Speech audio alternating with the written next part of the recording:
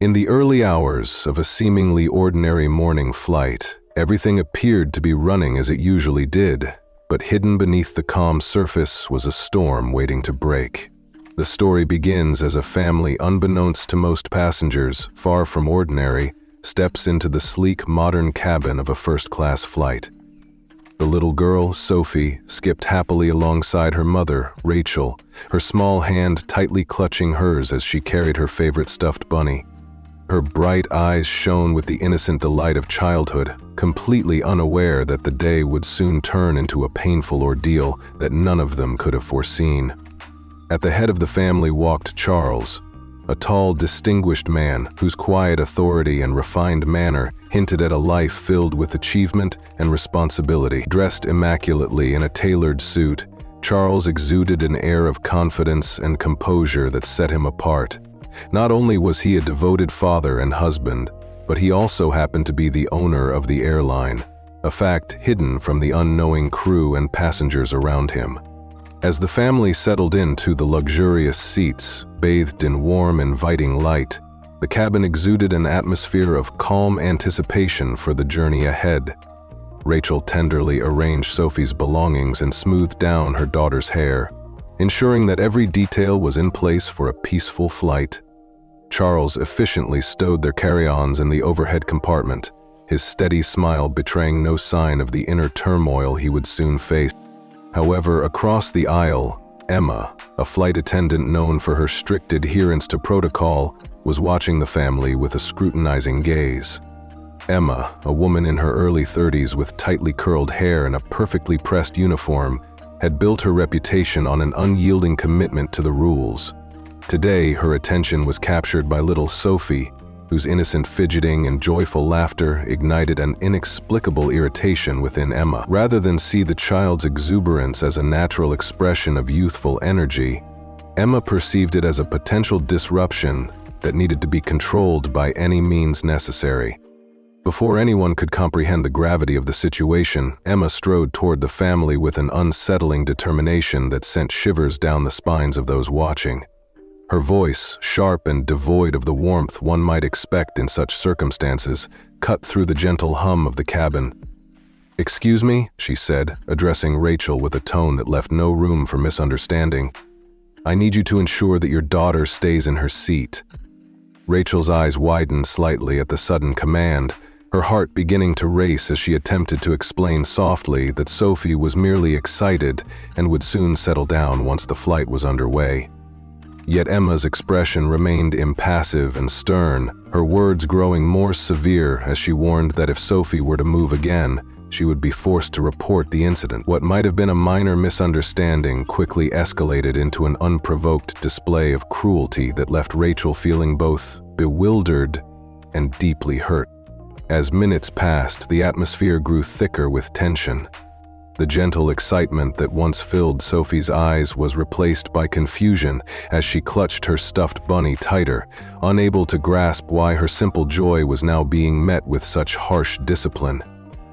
Rachel's gentle reassurances to her daughter were drowned out by Emma's relentless, inflexible insistence on enforcing the rules, and it was in this moment that the true extent of the conflict began to reveal itself. The cabin, once filled with the hum of quiet conversation and the soft rustle of settling passengers, now vibrated with a growing unease, a stark division between the compassionate world of the family and the rigid, unfeeling approach of the flight attendant. Then, without further warning, Emma's cold demeanor escalated the confrontation. In a move that shocked everyone present, she beckoned Rachel and Sophie to follow her into the cramped galley, a place that suddenly felt more like a detention room than a functional space on an airplane. As they passed through the aisle, the curious eyes of other passengers followed, their whispers and uneasy glances only deepening the sense of isolation that the family felt. Rachel's heart pounded as she led her daughter along, desperately trying to shield Sophie from the palpable coldness that radiated from Emma. Though Charles remained seated at first, his watchful eyes never left the unfolding drama, his mind racing with a mix of concern, indignation, and the overwhelming urge to protect his family from an injustice that had grown too severe to ignore. It was at that pivotal moment, when the situation in the galley reached a fever pitch, that Charles decided to take action. A text message from his office had arrived, but the words on the screen were quickly overshadowed by the escalating conflict before him. With deliberate and measured steps, Charles left his seat and walked briskly toward the back of the plane, every stride echoing with the silent promise of retribution. When he arrived, Emma was in the midst of trying to justify her actions, her voice trembling ever so slightly under the weight of an authority she could no longer fully command. "Is there a problem here?" Charles asked, his tone calm but carrying an undeniable edge of authority that left no doubt as to who was in charge. His presence filled the small space with an air of dignity and strength that contrasted sharply with Emma's now faltering stance. Emma's initial defiance wavered as Charles continued, his words measured and firm. "My daughter is perfectly fine," he said steadily, "and there is absolutely no need for further reports or any additional action." The gravity in his voice made it clear that this was no mere dispute over a minor infraction. This was a stand against cruelty and an affirmation of the respect that every family deserves. As Charles demanded a sincere apology for the humiliating treatment his family had endured, the atmosphere in the galley grew oppressively heavy. Emma's attempts to defend her actions as simply following protocol only served to accentuate the harshness of her behavior. With each passing second, the conflict deepened, exposing the raw, unfiltered emotions beneath the veneer of professionalism. Her voice, once cold and controlled, now betrayed a mix of desperation and anger as she stammered out feeble justifications, unable to meet the unwavering gaze of the man who had, in that moment, revealed the true extent of her heartlessness. The confrontation evolved into a stark display of the collision between rigid authority and compassionate understanding. Charles's calm determination in the face of such callousness stirred a deep sense of empathy in those who bore witness. His measured words, delivered with a quiet strength born of years of overcoming adversity, resonated not only with the immediate participants, but also with the silent audience scattered throughout the cabin. Every word Emma uttered in her attempt to assert control only highlighted the gulf between her harsh methods and the genuine care that Charles and his family embodied. In that confined space, the disparity between the innocent vulnerability of a little girl and the merciless rigidity of an individual who had lost sight of humanity was laid bare, evoking an overwhelming sense of pity for the family caught in the midst of this unfolding injustice. Rachel's eyes shimmered with unshed tears as she watched her daughter, whose wide, innocent stare was slowly giving way to a look of quiet resignation. The soft, soothing reassurances she had once offered were now replaced by a sense of helplessness, as she realized that no gentle word could reverse the damage wrought by Emma's unyielding cruelty. The tension in the galley was suffocating, and every whispered word and hesitant glance between the family members spoke of a deep-seated fear that this was only the beginning of a much larger ordeal. For Charles, this was a moment of painful clarity, a moment when the veneer of civility had been stripped away to reveal the stark reality of human cruelty. The injustice of the situation, compounded by the stark contrast between the warm love of a family and the icy rigidity of an individual who saw no value in compassion, created an atmosphere that was almost unbearable to witness. As the confrontation reached its climax, Charles's steady, unyielding presence forced Emma to confront the consequences of her actions.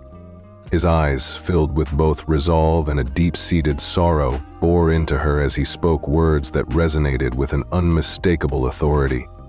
"I expect an apology," he said softly but firmly, each syllable carrying the weight of a man who had built his life on respect and decency. In that moment, Emma's face drained of color as she realized the gravity of the mistake she had made. A mistake that went far beyond a simple misinterpretation of a child's behavior. Her attempts to downplay the situation crumbled under the force of Charles's quiet indignation, leaving her exposed and vulnerable in a way that elicited both shock and pity from those who were watching. It was clear to everyone present that her rigid adherence to the rules had been tainted by a callous disregard for human emotion, and that the consequences of her actions would ripple far beyond the confines of that single flight. What had started as a routine journey had morphed into a poignant drama, a clash between an unforgiving enforcer and a man whose love for his family was matched only by his unwillingness to tolerate injustice. The memory of that day, filled with tension and raw emotion, would forever be etched in the hearts of those who witnessed it. Charles's steadfast resolve and quiet dignity in the face of such cruelty resonated deeply with everyone, stirring a collective sense of empathy for a family that had been forced to endure an experience both humiliating and heart-wrenching. In the end, the confrontation was more than a battle over a minor infraction. It was a powerful reminder that even in the structured environment of modern air travel, the human spirit can be both vulnerable and fiercely protective. The pain of that encounter and the injustice inflicted upon a gentle child and her devoted parents would linger in the memories of all who witnessed it, serving as a somber lesson in the true cost of unyielding cruelty and the timeless need for compassion and respect in every human interaction. Charles remained calm, his eyes steady as he met Emma's glare with quiet intensity. "You made a judgment based on assumptions, and that is a mistake I will not tolerate," he said in a low, measured tone that left no room for argument. "My family has every right to be seated here, and you have no right to treat us like this." At that moment, a gentle yet firm voice broke through the tense exchange. It was Grace, the younger flight attendant who had been working nearby. With genuine concern, she said, "Emma, I think you need to go to the front. Let me handle this." Emma opened her mouth to protest, but then stopped short as Grace's calm authority became clear. Her shoulders slumped in defeat as she stepped back, nodding curtly. All the while she could feel the watchful eyes of her fellow crew members following her every move, and her mind raced with regret. This wasn't how she had intended things to go, and she never imagined that her actions would escalate so far. Meanwhile, Charles's gaze followed Emma as she left the galley. Though his outward demeanor remained calm, inside he was simmering with frustration and anger. He had maintained his composure for the sake of his beloved family, but deep down he seethed with the knowledge that he had worked so very hard to be in the position he was in. Being treated so dismissively based on mere assumptions was something he simply could not let slide. The truth was, Charles wasn't just any ordinary traveler. He was a man of considerable influence and standing within the airline, and Emma had no idea who she had crossed. As the commotion quieted, Grace found herself alone with Charles and Eleanor in the cramped galley. She glanced at them nervously, aware that the situation had spiraled well beyond control, though she also understood that not all of the blame rested solely on Emma. Still, this was no time for excuses. "I am very sorry for all of this," Grace said sincerely, her voice soft but steady. "Please understand that this is not the way we usually operate." Charles nodded slowly, his eyes never leaving hers as he replied in a firm yet calm tone, "I know you are just doing your job, but Emma's actions were completely inappropriate. I expect a full apology, not only from her but from the airline as a whole. This situation should never have happened." Eleanor, holding Lily's hand tightly, managed a supportive smile, even though her heart ached with humiliation and sadness. Grace then addressed the family once more. "We just want to get to our destination without any further issues. Can you please return to your seats now?" For a moment she hesitated, sensing that the tension still lingered in the air, but then she nodded. "Of course, I will escort you back personally. Please, follow me." As the family made their way back to their first-class seats, whispers and curious glances from other passengers filled the cabin. Some exchanged looks of disbelief and disapproval, clearly aware that something truly unusual had just unfolded. Yet Charles paid them little mind as he walked with a quiet confidence that spoke volumes. He was far from being just another traveler. Every step he took carried a weight that resonated with everyone around him. Eleanor, still trying to process the unsettling events, squeezed Lily's hand reassuringly. Lily, ever innocent and trusting, looked up at her mother and asked in her gentle, childlike tone, "Are we going back to the big seats?" Eleanor chuckled softly and replied, "Yes, sweetheart. We're going back to where we belong." When they reached their seats, Grace opened the curtain to welcome them back into first class, and Charles gave a brief but resolute nod to the flight attendants, signaling that he expected the matter to be handled properly from here on out. Grace stepped away with an apologetic look on her face, though Charles did not return her smile. Instead, his eyes remained cold and unyielding as he sat down, adjusting his suit jacket with deliberate care, his expression unreadable yet filled with determination. As the family settled back into their seats, a few passengers exchanged curious and sympathetic glances, some shaking their heads, others murmuring softly. The behavior of the flight attendants earlier had not been a mere inconvenience. It had been an outright embarrassment, and everyone in the cabin could sense the injustice that had been inflicted on this gentle family. When the seatbelt sign flickered on and the plane began to taxi down the runway, Charles's mind was far from focused on the journey ahead. Instead, he was consumed by the events that had just transpired and by the knowledge that this was not the end of the matter. Emma had no idea what consequences awaited her, and the airline would soon learn just how serious this was. Even as the plane ascended into the sky and the steady hum of the engines filled the cabin, the tension that had gripped the family began to ease slightly. Lily, who had been unusually quiet since the confrontation, leaned against Eleanor, her heavy lids betraying the sleepiness that finally overcame her, as if she were trying to escape the troubled atmosphere that had enveloped them. Eleanor gently stroked Lily's hair, doing her best to push the unsettling events from her mind, while Charles remained anything but relaxed. His calm exterior was merely a mask that hid a storm of anger and determination. He was no stranger to handling difficult situations, but this was deeply personal. The way his family had been treated, the unfair assumptions that had been made about them, was something he could not let pass without taking action. Although he anticipated that the airline might eventually offer a reluctant apology and that Emma might face some consequences, that alone was not enough. This incident had exposed a much larger problem, a systemic bias in the customer service industry that allowed cruelty to go unchecked. Leaning back in his seat, his fingers drummed lightly against the armrest in a quiet demonstration of his resolve. He knew in his heart that this was not a matter that would simply blow over. The ripple effects of this injustice were already spreading, and he was determined to ensure they did not go unnoticed. Back in the galley, Emma paced nervously, her face drained of color. The confidence that had once buoyed her now lay shattered, replaced by a gnawing sense of dread and regret. The echo of Charles's words, "You have no idea who you are dealing with," reverberated in her mind, a constant reminder of the line she had crossed. In her many years as a flight attendant, Emma had encountered all sorts of passengers, but nothing had prepared her for a confrontation of this magnitude. The anger she initially felt had melted into guilt and fear as she imagined the inevitable fallout. Formal reports, stern reprimands, and the prospect of public shame. Emma had crossed a line, and now she was coming to understand just how gravely she had erred. What troubled her most, however, was the realization that Charles was not an ordinary passenger.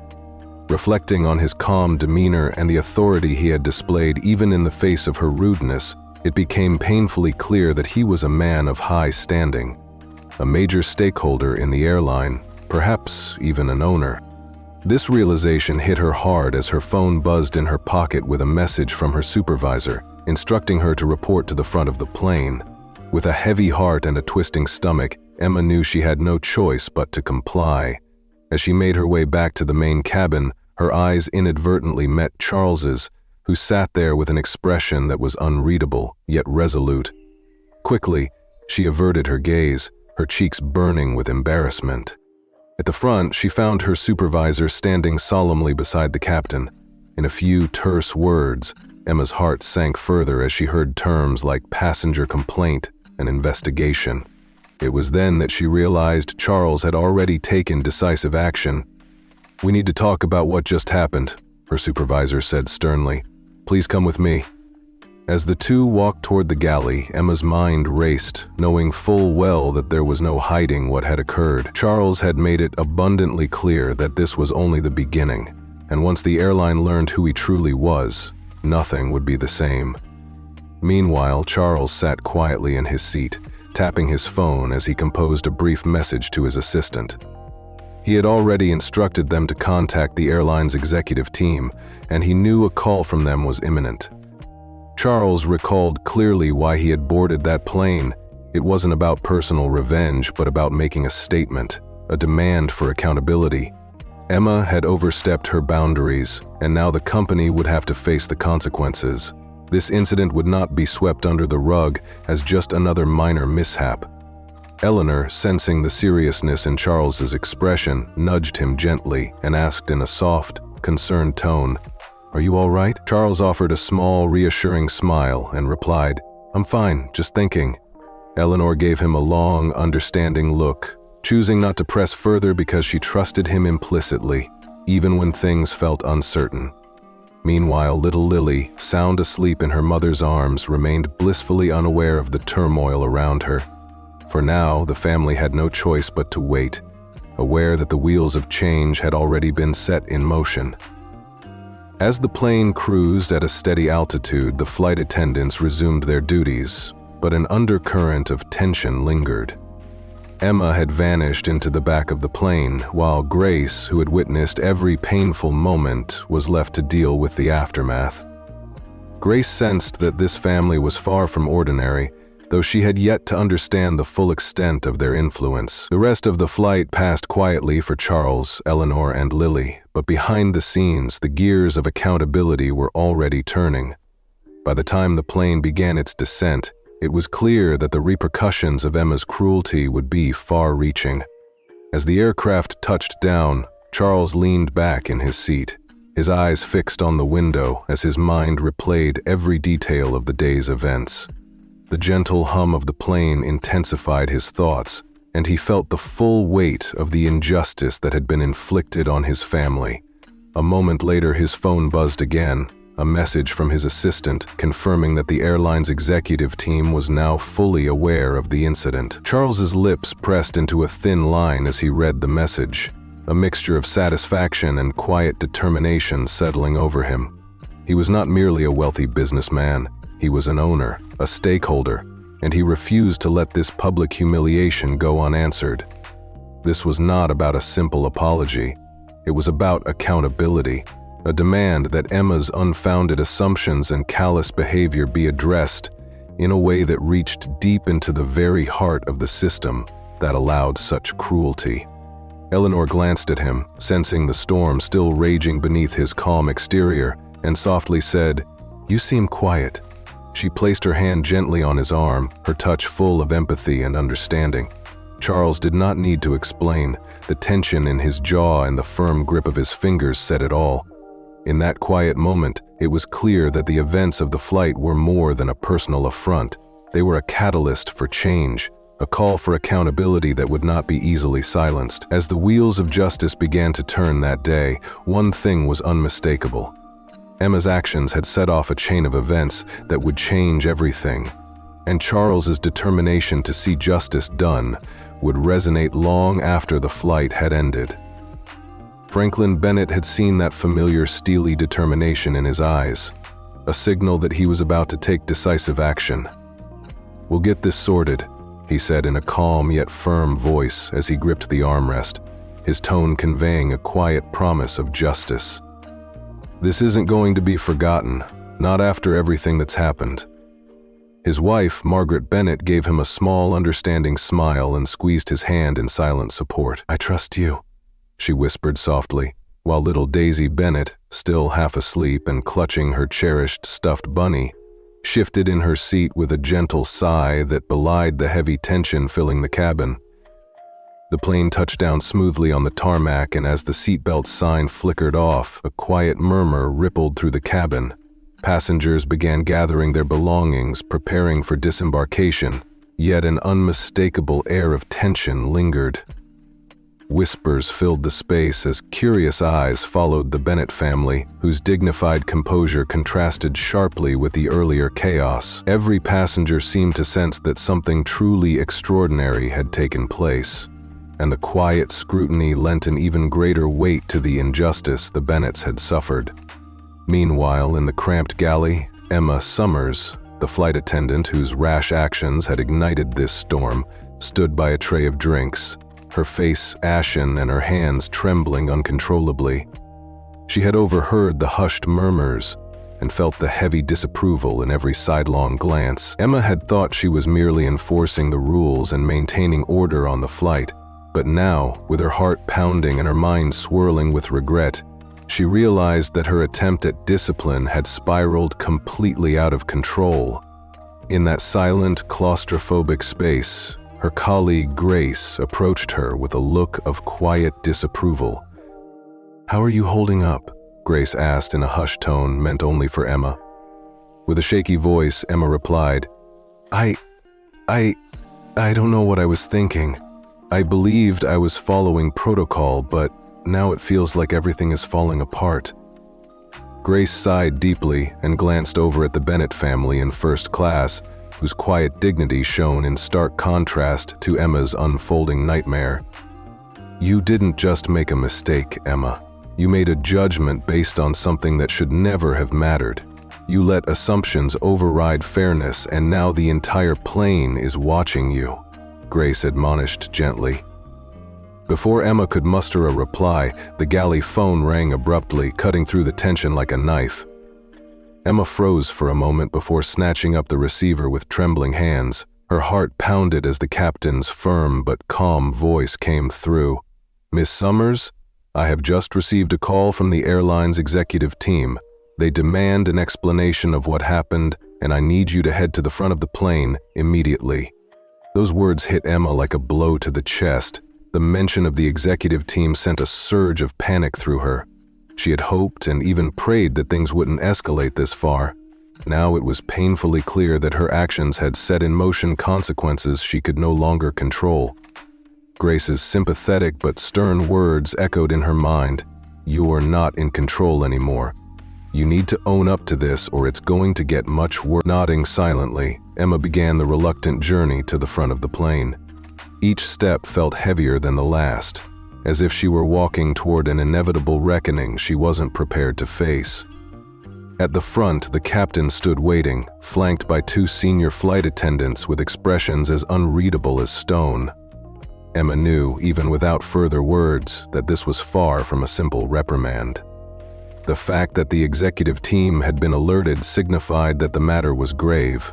Meanwhile, Franklin Bennett had already begun collecting his belongings, his calm exterior masking the storm of frustration and resolve brewing beneath.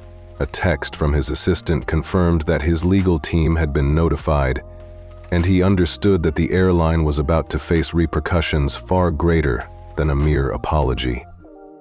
As the Bennett family prepared to disembark, Emma could only watch from the galley, her heart pounding with a mix of dread and regret. The crushing weight of her mistake pressed down on her, and she realized that what had started as a routine enforcement of protocol had transformed into a career-threatening debacle. In the main cabin, passengers exchanged quick questioning glances and whispered among themselves. Their eyes were drawn to the Bennetts in first class, whose dignified composure had only grown more powerful in contrast to Emma's evident distress. Franklin Bennett walked ahead with deliberate, unhurried steps, his gaze fixed steadily on the path ahead, focused and unyielding. Margaret Bennett walked beside him, her face calm but shadowed by lingering frustration at the humiliation they had endured, while little Daisy, still clutching her bunny, appeared blissfully unaware of the gravity of the situation. The atmosphere was charged with a mixture of curiosity, sympathy, and anticipation as the family moved toward the jet bridge. Once on the bridge and then into the terminal, Franklin's phone buzzed again. He quickly glanced at the screen, his fingers tapping over the message that confirmed the airline's top executives had already reached out. His resolve deepened. He had no intention of allowing this transgression to pass without forcing accountability. Just as the Bennetts were about to enter the terminal, two men in dark suits approached them. The taller of the two stepped forward, extending his hand with a forced smile. "Mr. Bennett, I am Richard Hale, Vice President of Operations for the Airline," he said, his tone apologetic yet clearly betraying nerves. "On behalf of the airline, please accept our sincerest apologies for the incident that occurred during your flight. We are taking this matter very seriously." Franklin did not immediately shake his hand. Instead, he fixed Richard with a cool, assessing gaze, his eyes briefly flicking to the silent colleague standing beside Richard before returning to the man who represented the company's upper echelon. "I trust you are fully aware of the situation," Franklin said in a measured yet authoritative tone. "This isn't merely about one employee's mistake. It reflects the standards of your airline, or rather, the lack thereof." Richard hesitated, visibly taken aback by Franklin's directness, but soon recovered, nodding. "Yes, of course. We have already launched an internal review and will ensure that the flight attendant involved is held accountable for her actions." Franklin's eyes remained cold and unyielding as he replied, "Accountability is only the beginning. What you are offering is nothing more than a procedural response. It does not address the deeper issues that allowed such biased judgment to occur.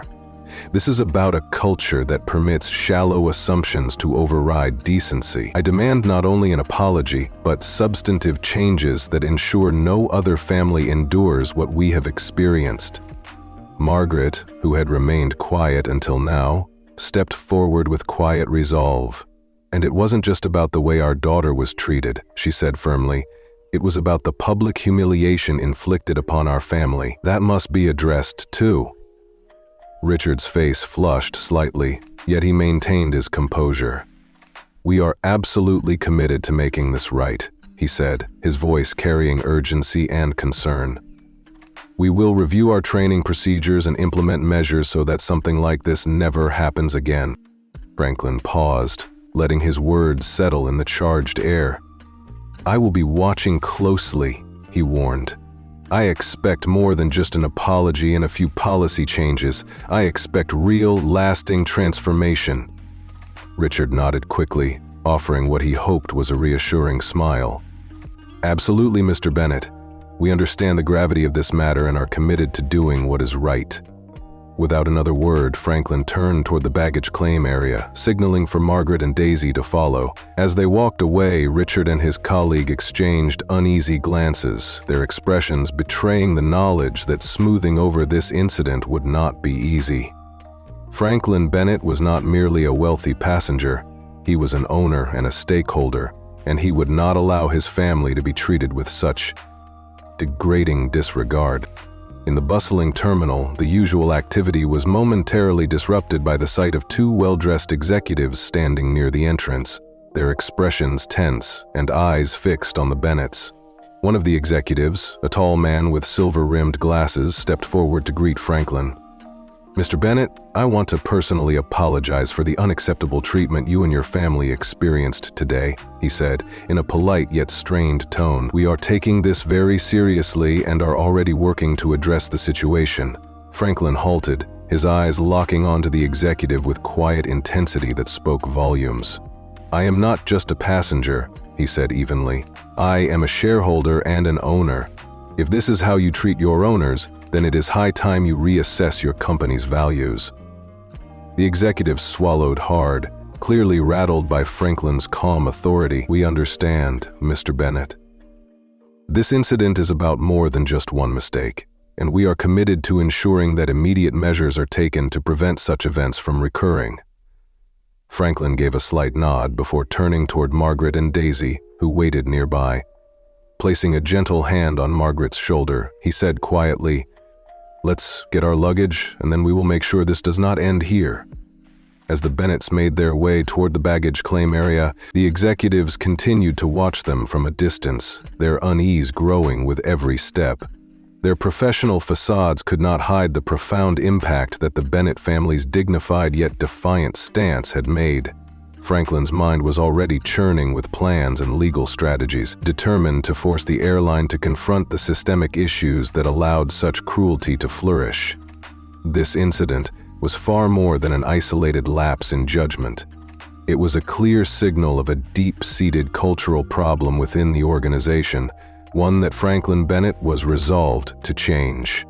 Even as the hum of the busy baggage claim area provided a backdrop to the unfolding drama, little Daisy looked up at her father with wide, curious eyes. "Daddy, why did that lady make us leave our seats?" she asked in a soft, bewildered voice that carried the innocence of youth. Franklin's heart softened at the simple question, though the simmering anger and determination within him remained steadfast. He knelt down to Daisy's level, brushing a stray lock of hair from her face as he offered her a warm yet resolute smile. "Some people make mistakes, sweetheart," he said gently, "but it's important that we stand up for what is right, no matter how difficult it may seem." Daisy nodded slowly, her eyes reflecting a mixture of innocent confusion and a budding understanding that went far beyond her years. Margaret watched the tender moment with both pride and sorrow, knowing that while Daisy might never fully grasp the complexities of what had transpired, the family as a whole had been forever changed by the day's events. As the Bennetts waited for their luggage, the clamor of the terminal faded into the background, replaced by the quiet determination that united them. Franklin Bennett was resolute. He would not allow the injustice to be swept under the rug. What had begun as a routine flight had transformed into a catalyst for real change. He knew that the road ahead would be fraught with challenges, but he was determined to see that justice was not only served, but that lasting reforms would follow. With every measured step toward the baggage claim and every determined glance exchanged with the airline executives, Franklin Bennett vowed that he would hold them accountable until no other family would have to endure the kind of heart-wrenching humiliation his family had suffered that day. Daniel Carter felt the weight of the day pressing down on him as he and his family waited at the baggage claim. Every minute that ticked by only deepened his determination to ensure that nothing like this would ever happen again. He had made it crystal clear to Richard Hale and the other top executives that the incident on the flight would not be brushed aside with a simple apology. Daniel knew that his influence as an owner meant he could and would push the airline to embrace real, lasting change. This was no longer just about a single act of unkindness by a flight attendant. It was about exposing a rotten culture within the company that allowed such shallow biases to dictate how passengers were treated based solely on appearances, background, or status. As Daniel's mind raced with plans for reform, his phone buzzed with an urgent call from his legal team. He answered in a low, measured tone that brooked no nonsense. Every word he spoke was sharp and resolute, and even his wife, Rebecca Carter, could detect a new edge in his voice, a sign that he was ready to take this battle to a whole new level. Rebecca watched him closely, her heart aching with both pride and sorrow as she realized that her gentle, caring husband was forced to fight for dignity not only for their family but for everyone who had ever been treated unfairly. After hanging up, Daniel turned to her with a calm yet determined look in his eyes. "They're already working on it," he assured her quietly. "My legal team has escalated the matter to the board. We'll have a meeting soon, and this isn't just about today. It's about setting a precedent." Rebecca's eyes widened with a mix of astonishment and admiration. "The board?" she repeated softly. Though she wasn't entirely surprised by his decisive actions, the speed with which Daniel was handling everything still took her breath away. "You really aren't going to let this go, are you?" she asked. Daniel's jaw tightened as he replied firmly, "No, Rebecca, I'm not. This needs to be bigger than just our ordeal. The company must understand that they cannot treat people this way and then expect business as usual." For a moment, the bustling noise of the terminal faded into the background as Daniel's words resonated with the promise of justice. Even as they gathered their suitcases, Daniel's thoughts churned relentlessly. He knew that the story of the humiliating treatment his family endured was already spreading like wildfire, fueled by the whispers of fellow passengers and the early stirrings of a media frenzy. Every furtive glance and every murmured comment only reinforced his resolve. He was determined that the ripple effects of this injustice would not fade into obscurity. Instead, he would use every resource at his disposal to expose the deep-rooted biases within the airline's culture. With the family finally moving toward the exit, Daniel noticed a few remaining passengers still lingering in the terminal. Their eyes were filled with curiosity and sympathy, silently acknowledging the gravity of what had happened. Before stepping outside into the cool evening air, Daniel paused and placed a gentle hand on both Rebecca's shoulder and their daughter Olivia's small back. "We'll deal with this," he said softly, the promise hanging between them, "and we'll make sure no one else ever has to endure this kind of treatment." His words were both a vow to his family and a clarion call to all those who had suffered in silence. Outside, as the evening chill wrapped around them, Daniel felt a momentary clarity. He wasn't just fighting for his own honor. He was fighting for a future where respect and fairness were not optional but expected. Back at the airport, Richard Hale and his fellow executives stood by, their hands tied by bureaucracy and corporate protocol. They had offered apologies and vague promises of change, but Daniel made it unmistakably clear that such half measures were unacceptable. The executives exchanged uneasy glances, knowing that Daniel Carter was not a man who could be placated with mere words. Inside the airline's headquarters, chaos was beginning to take shape. In a boardroom heavy with tension, Richard Hale led a frantic discussion with other senior executives. Reports lay scattered on the table as they pored over media coverage and the growing social media backlash. "We need a plan and we need it now," Richard said, his voice clipped with anxiety. The gravity of the situation was sinking in. It wasn't just about a single flight attendant's mistake anymore. It was about a systemic problem that risked not only customer trust, but the very future of the airline. Emphasized the need for a complete overhaul of customer service protocols, including robust sensitivity training. Another executive, Mark Richardson, reminded the group that they were now dealing with a determined shareholder, not just any ordinary passenger. "Daniel Carter isn't someone who will let this slide," he warned. "If we don't act decisively, we risk not only losing him but also our reputation." Richard's face hardened as he looked out the window, his mind racing through potential strategies. "This isn't just about saving face anymore," he muttered. "We need a formal apology that comes with measurable changes, and we need them fast." The meeting stretched on for hours as the executives debated proposals, from implementing diversity and inclusion training to overhauling their hiring practices. Yet, one thing was abundantly clear. The airline had gravely underestimated Daniel Carter's resolve.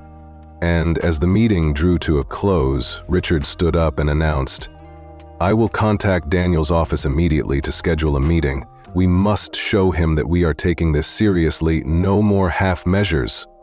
The repercussions of her actions had begun to unfold, and she knew that her career, once filled with routine flights and mundane encounters, would never be the same. A message from her supervisor summoned her to the office for a formal meeting, and as she read it, a cold dread gripped her.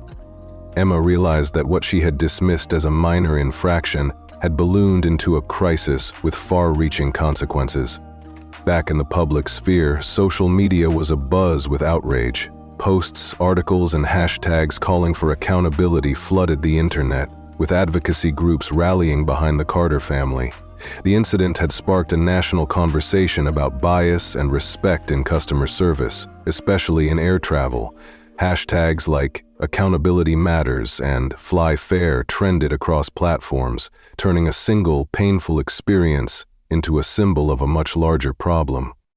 For Daniel, the battle was just beginning. In the quiet of his study, as he sat at his desk reviewing reports from his legal team and the early media headlines, the full scope of the challenge ahead became clear. The headlines painted a picture of public outrage, questions swirling about how such blatant discrimination had been allowed to occur, and why it had taken so long for someone to speak up. His assistant briefed him on the airline's feeble response. A generic apology, promises to review internal policies, and vague statements about improved training programs. Daniel's fingers drummed steadily on his desk as he absorbed the hollow words on the page. It wasn't enough. The airline's attempt to cover up the incident with mere lip service infuriated him. Real change, he thought, would only come when the company was forced to reform its entire system, a system that had allowed a biased, unfeeling attitude to flourish. Later that day, when Rebecca entered the study and asked in a gentle, measured voice, "What's our next move?" Daniel looked up, his gaze unwavering and his voice steady. "I'm scheduling a meeting with the airline's CEO, Robert Langston, and the board. I'm going to make it absolutely clear that this isn't over. We need to address the culture, not just the individual mistake." Rebecca's eyes shone with both concern and admiration. "Do you really think they'll listen?" she asked quietly, though she had long ago learned not to doubt Daniel's unyielding drive. "They'll have no choice," he replied. "The public is already turning against them." And decency were restored. And while the path ahead was fraught with challenges and uncertainty, he vowed that he would not rest until real, lasting reform was achieved.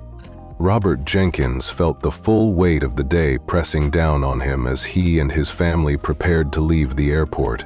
What had started as a personal affront to his family had quickly evolved into a demand for real, systemic change in the way the airline treated its passengers. Every moment, every minute that passed, only strengthened his resolve. His phone vibrated with a message from his legal team. The airline's board was now requesting a meeting to discuss the next steps. They were pushing for a resolution, and for the first time that day, Robert felt a spark of satisfaction.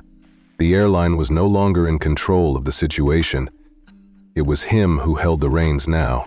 Carol Jenkins, his devoted wife, walked into the room and noticed the intense focus in his eyes. "What's going on?" she asked, her voice gentle but laced with concern and curiosity. Robert looked up, his expression resolute. "They want to meet. The board is finally ready to take this seriously," he replied. Carol nodded slowly, letting the gravity of his words sink in. She knew that this was no longer merely about an incident on a flight. It was about Robert's influence, about the way he was forcing an entire industry to confront its deeply rooted biases. She had seen him navigate the complexities of corporate power before, but this was different, bigger, more urgent. "Tomorrow?" Robert added quietly when Carol inquired about the timing. "I'll be there with my team. We're not leaving until they agree to concrete changes." Carol offered him a small, supportive smile as she said, "I know you'll make sure they follow through." Robert returned her smile, though it was not the usual warm smile. It was one of determined, unyielding resolve. Training programs, detailed employee feedback, and clear evidence of the changes you are making. I want to know that your employees are held accountable every single day, not just when it's convenient for you. The tension in the boardroom was palpable as Richard swallowed hard. He had never expected Robert to press so aggressively. He had assumed that a few apologies and token promises would suffice.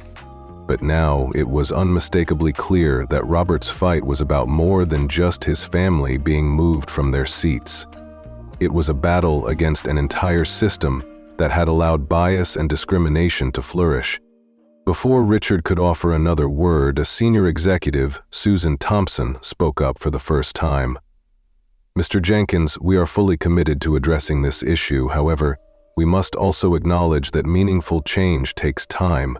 We need time to implement these changes properly." Robert looked directly at her, his eyes narrowing slightly.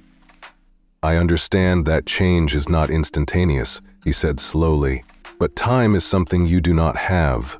You have already lost the trust of your customers. If you do not act swiftly, the damage will only deepen." A heavy silence fell over the room as his words sank in. Finally, Richard's voice came out, quieter but still resolute. "We will work with you, Mr. Jenkins. We will make these changes happen." Robert nodded, his expression cool yet satisfied. "I will be watching closely," he warned. and I expect results from every level of your company, not just a few superficial fixes." As the meeting drew to a close, Robert rose along with his legal team. The airline executives remained seated, their faces marked by uncertainty as they exchanged uneasy glances.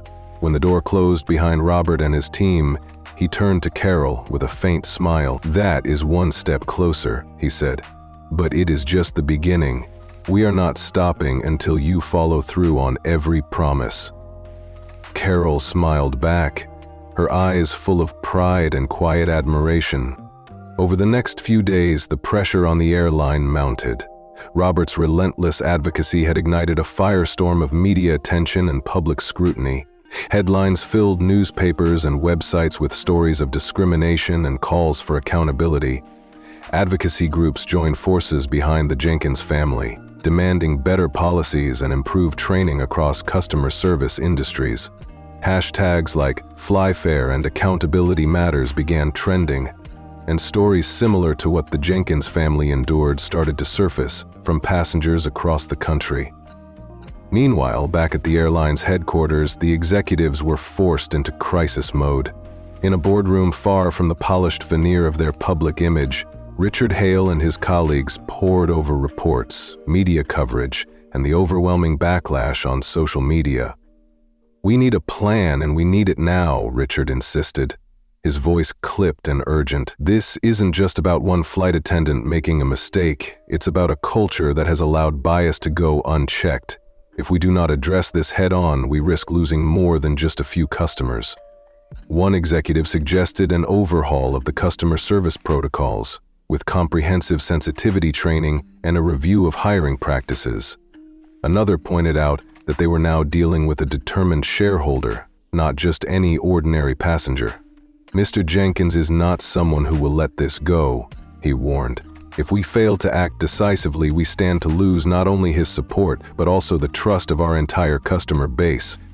Richard looked out the window, his mind racing through possible strategies. "This is no longer about saving face," he muttered. "It is about saving our company's future." He then turned back to the table, his tone hardening. "We need a formal public apology that is accompanied by measurable changes, and we need them quickly." The meeting dragged on as the executives debated proposals and tried to reconcile their need to maintain control with the inevitable demand for accountability. Finally, Richard announced, "I will contact Mr. Jenkins's office immediately to schedule a follow-up meeting. We must show him that we are taking this matter seriously, no more half measures."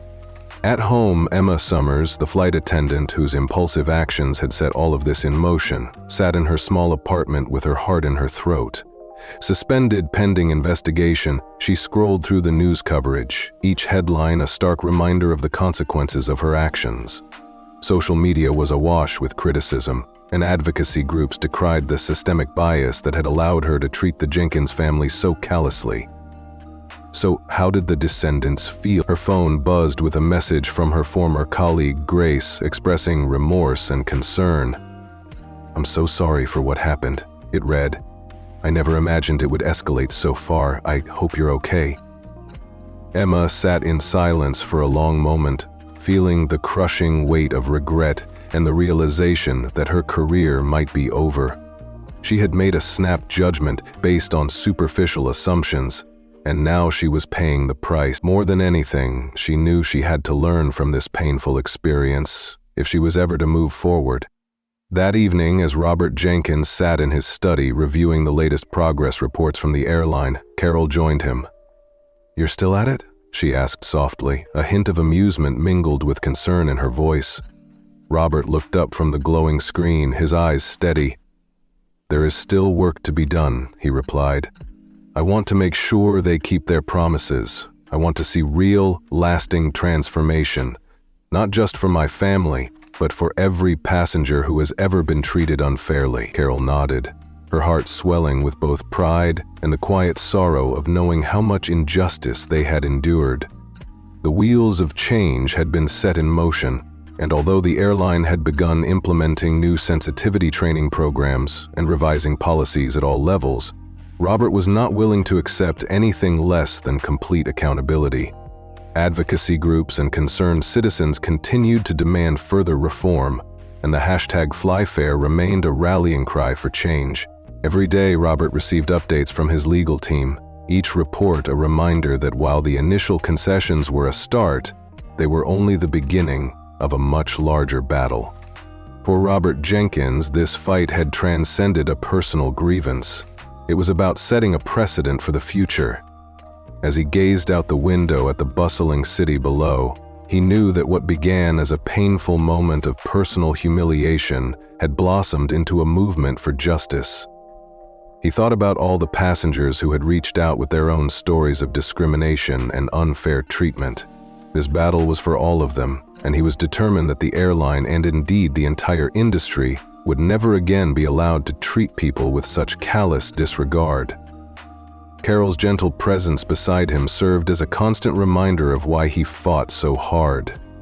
"I think we've done what we needed to," she said softly, her eyes shining with quiet pride. Robert offered a measured smile, though his gaze remained fixed on the future. "It isn't over, but we have made a difference, and that is just the beginning." In that moment, as the Jenkins family continued their journey toward justice, the promise of a fairer, more respectful future seemed within reach, even as the road ahead remained long and uncertain. Jameson Carter stood in the softly lit foyer of their home that evening, the echoes of the day's tumult still ringing in his ears. He and his family had endured so much, and now, after months of hard-fought battles and unyielding determination, a glimmer of victory shone through the darkness. His wife, Linda Carter, stepped closer and rested her gentle hand on his shoulder. "You have done more than enough, James," she said in a warm, reassuring tone that spoke of deep pride and quiet admiration. "I am so proud of you." Jameson met her gaze, his eyes reflecting the same resolute determination he had shown throughout every trial of their ordeal. "We did this together," he replied softly, his voice steady despite the storm of emotions that swirled within him. "And this is only the beginning." Over the following months, the transformation within the airline became evident in ways that neither the company's leaders nor the public could have imagined. The new policies, while not flawless, began to make a real difference. There were still occasional reports of misconduct or misunderstanding in isolated pockets, but the company had taken accountability in ways it never had before. Passengers who once felt powerless now discovered their voices, and the airline, once a fortress of rigid indifference, was finally listening. The seeds of change that Jameson had planted had taken root in a system that had long been mired in prejudice and indifference. Emma Summers, the flight attendant whose callous actions had set off this chain of events, had faced the harshest consequences of all. After a long period of reflection and mandatory retraining, she left the airline, realizing that her decisions had irrevocably changed the course of her life. Emma had carried the burden of her mistake heavily. She had allowed unfounded assumptions to drive her behavior, and now she had to live with the knowledge that her actions had hurt an entire family. Yet, through that painful experience, she learned that true change begins with understanding, humility, and a willingness to learn from one's errors. In time, she found work in a different field, one where she dedicated herself to promoting inclusion and diversity. It was not an easy road, and the scars of her past misjudgments remained, but she embraced the challenge as a necessary step toward redemption. For Jameson, however, the journey was far from over. Even as the airline began to implement new sensitivity training programs and revise its policies at every level, he continued to be a relentless advocate for further reform. His family's painful experience had become a catalyst for change, not just within one airline but across an entire industry that had long neglected the principles of fairness and respect. His voice, once raised in anger and despair, had grown into a powerful call for accountability that resonated with countless others who had suffered similar indignities. One bright morning, as Jameson, Linda, and their young daughter, Ella, boarded their next flight, they settled into their seats with a sense of cautious optimism. The atmosphere on the plane was calm. The flight attendants were courteous and professional, and every detail of the experience seemed to have been restored to what it should have been from the very start. As the plane ascended gracefully into the clear blue sky, Jameson gazed out of the window, a small, reflective smile playing on his lips. In that quiet moment, he marveled at how far they had come. This was not simply a personal victory for his family. It was a triumph for every individual who had ever been treated unfairly, for every passenger who had ever felt diminished or ignored. Jameson's thoughts drifted back to that fateful day when everything changed. The memory of the humiliating incident that had sparked such a fierce confrontation still lingered, but it had now transformed into a symbol of hope and resilience. The airline's once entrenched culture of bias and neglect had been forced to confront its darkest aspects, and in doing so, it had taken the first tentative steps toward genuine reform. The change was not instantaneous, and there were still many obstacles to overcome, but the journey toward a fairer future had undeniably begun. In the boardroom of the airline's headquarters, the echoes of that final, decisive meeting still reverberated. Jameson remembered clearly the tension that had filled the room as he stood before the company's top executives. Richard Hale, the vice president of operations, had looked at him with a mixture of defiance and resignation when Jameson demanded accountability for the inexcusable treatment his family had endured. The air had been thick with unspoken accusations and desperate promises. Jameson had pressed relentlessly, demanding measurable changes, insisting on monthly progress reports and a full public apology not just to his family but to every passenger who had suffered from the company's systemic bias. His words had been sharp and uncompromising, and though the executives had tried to offer token gestures of reform, he knew that their promises were only the beginning of a long and arduous journey. After that meeting, as the airline's board reluctantly conceded to a series of new policies, Jameson felt a renewed sense of purpose. The legal team had worked diligently, and public pressure had mounted through relentless media coverage and the solidarity of advocacy groups. The hashtag #FlyFair had trended across social media platforms, uniting passengers and reformers alike in a call for justice that could not be ignored. Jameson's determination had not only forced the airline's hand, but had also sparked a national conversation about fairness and accountability in customer service industries. It was a conversation that reached far beyond the confines of any single flight. It was a movement that challenged the very foundations of corporate culture. Back at home, in the quiet of his study, Jameson would often sit for hours reviewing progress reports from the airline. The documents detailed the gradual implementation of new sensitivity training, the introduction of updated customer service protocols, and the initiation of an independent review of hiring practices. Every piece of data served as both a victory and a reminder that the battle was not yet won. Jameson's fingers would drum on the desk as he read through the reports, his eyes focused intently on the numbers and feedback. He was not content with half measures or superficial fixes. He wanted real, lasting transformation that would secure the dignity of every passenger for years to come. Linda would sometimes join him, her presence a comforting counterpoint to his steely resolve. "You are still at it," she would say softly, a hint of tenderness in her voice as she observed the unwavering determination on his face. "I know you want to make sure they keep their promises, Jameson." And he would smile, a small, knowing smile that conveyed both gratitude for her support and a firm belief in the importance of the cause. "There is still much work to be done," he would reply. "I want to see every promise fulfilled, every change made tangible. We owe it to ourselves and to everyone who has ever been treated with anything less than respect." As weeks turned into months, the effects of their relentless advocacy began to ripple outward. The airline's sensitivity training program, once a mere formality, was now a robust curriculum that included real-life scenarios and interactive sessions aimed at dismantling ingrained biases. New policies were rolled out across all levels of the company, designed to ensure that every employee understood the vital importance of treating every passenger with dignity and respect, regardless of their background or appearance. While challenges remained and occasional missteps still occurred, the overall trajectory was one of progress and hope. Jameson's campaign had become a beacon for others who had experienced discrimination. Advocacy groups and everyday passengers alike rallied behind the cause, sharing their own stories of mistreatment and joining in the call for systemic reform. In community meetings and on social media, people praised the courage of the Carter family and expressed their solidarity.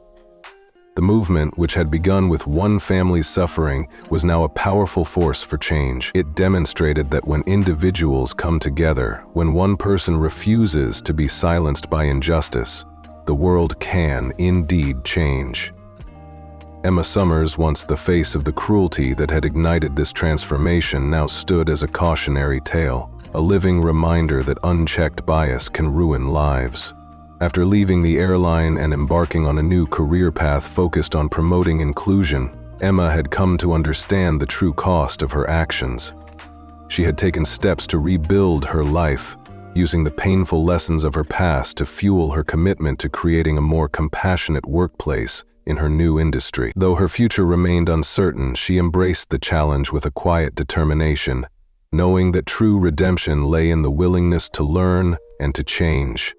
On one particularly clear morning, as Jameson, Linda, and Ella prepared to board another flight, the memory of their past struggle mingled with the promise of a brighter future. The family moved through the airport with an air of calm confidence that came only after weathering a great storm.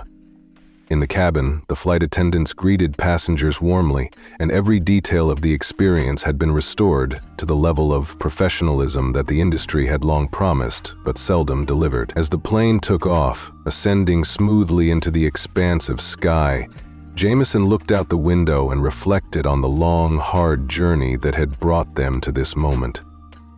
He remembered the early days when he had first confronted the airline's executives, his voice firm and unyielding as he demanded accountability.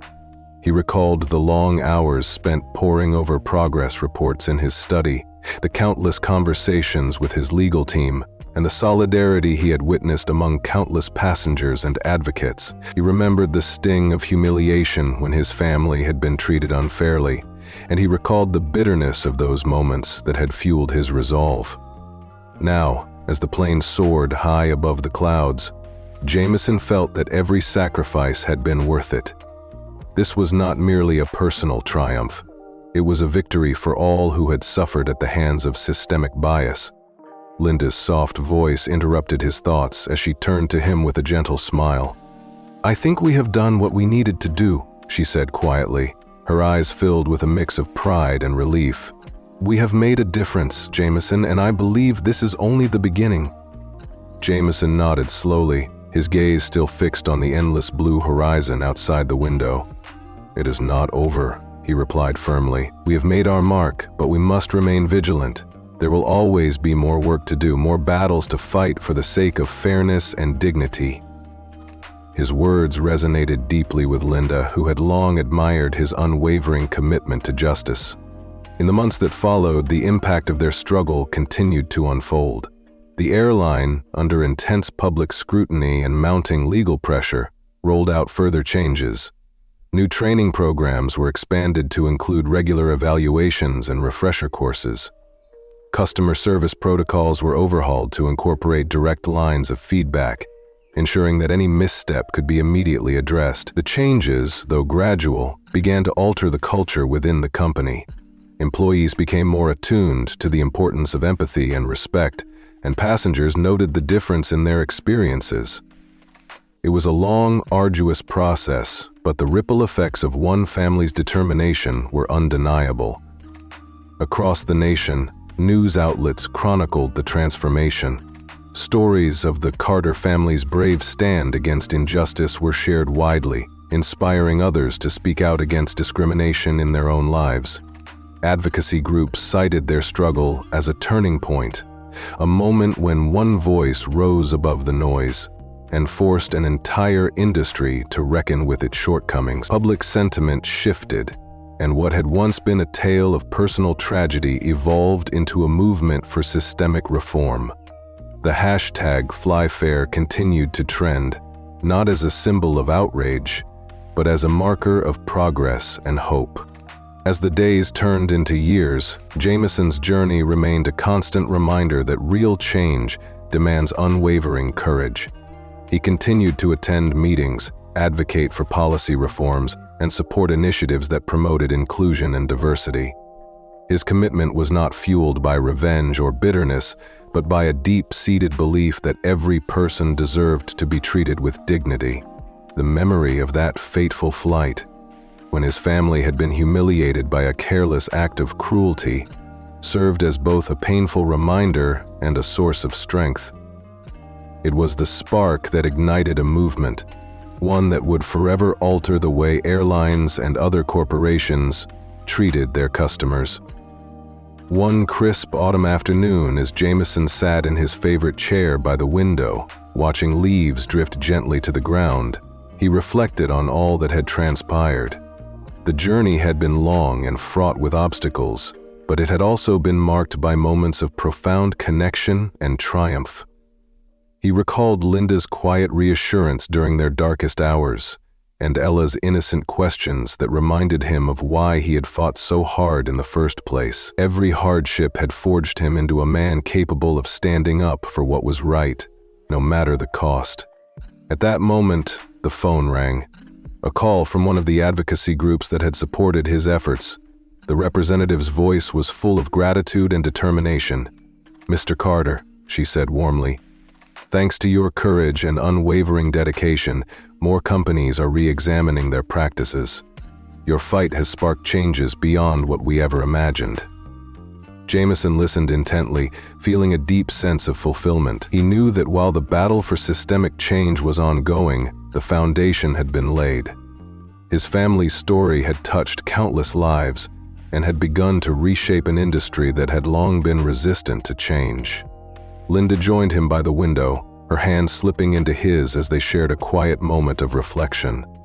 "You know," she murmured softly, "sometimes I worry about all the challenges ahead, but then I look at you and I know that nothing can stop you when you set your mind to it." Jameson smiled gently, squeezing her hand in return. "There will always be challenges," he admitted. "But every step we take, every change we push for, makes a difference. And that difference matters, not just to us, but to everyone who has ever been treated unfairly." In the end, the struggle that began with a single act of cruelty had blossomed into a beacon of hope. The airline had made significant strides toward becoming a more inclusive and respectful organization. Policies were no longer mere words on paper, they were living commitments that transformed the everyday experiences of countless passengers.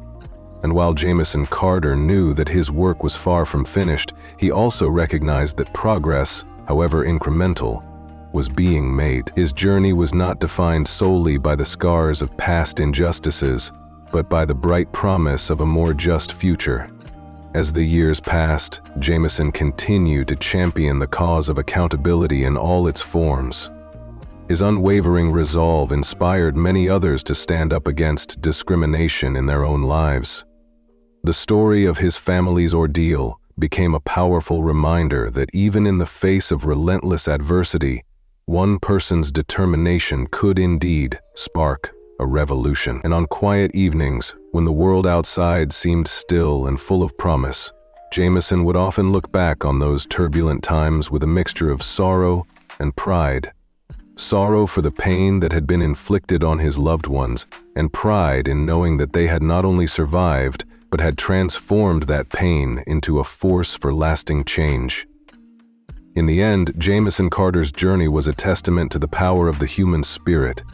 His story proved that when you refuse to accept injustice, when you stand up for what is right with unwavering conviction, you can change not only your own destiny, but also the destiny of countless others.